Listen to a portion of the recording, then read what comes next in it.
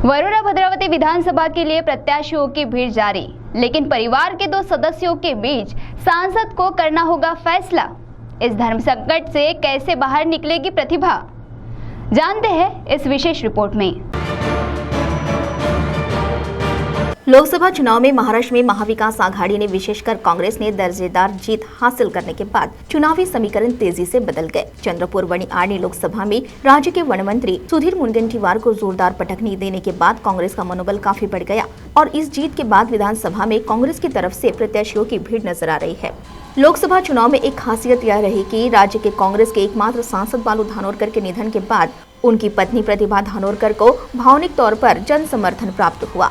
दूसरी बात, कुणबी फैक्टर जमकर चला। तीसरी बात, उनके ही पार्टी के विपक्ष दल के नेता विजय वडेट्टीवार द्वारा अपनी बेटी शिवानी वडेट्टीवार का नाम प्रत्याशी के तौर पर आगे करना।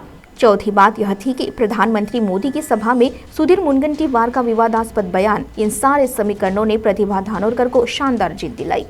अब हम रुख करते हैं भद्रावती वरोरा विधानसभा की ओर, जहां महाविकास आघाड़ी के मित्र पक्ष कांग्रेस या फिर शिवसेना उद्धव बालासाहब ठाकरे के पक्ष में यह सीट जा सकती है। पिछले विधानसभा चुनाव में प्रतिभा धानोरकर कांग्रेस की सीट पर चुनाव जीती थी, जिसके कारण भद्रावती वरोरा मतदार संघ पर कांग्रेस अपना दावा बोल सकता है।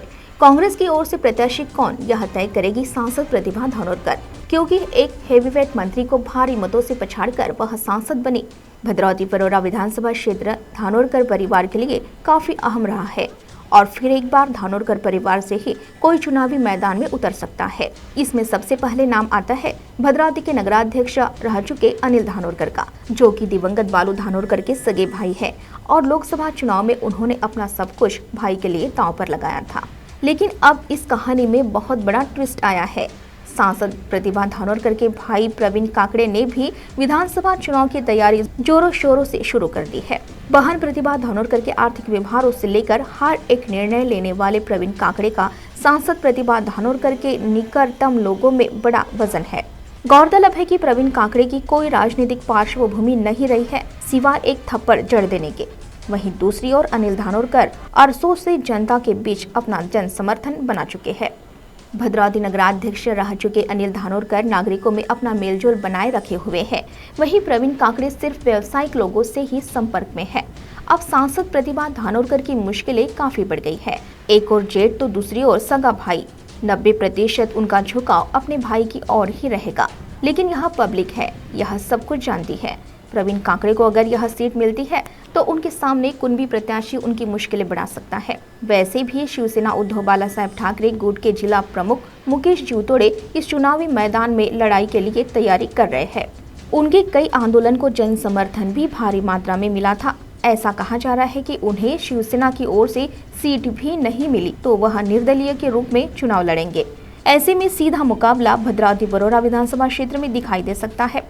गौरतलब है कि सांसद प्रतिभा धानोरकर भी चुनकर आई तो उस समय की स्थिति कुछ और थी, जिसमें 20% प्रतिभा धानोरकर का व्यक्तिमत्व काम कर गया। वहीं 80% मोदी और मुनगंटीवार के खिलाफ मतदाताओं की नाराजगी। लेकिन यही सिलसिला विधानसभा में दिखाई देगा, यह जरूरी नहीं।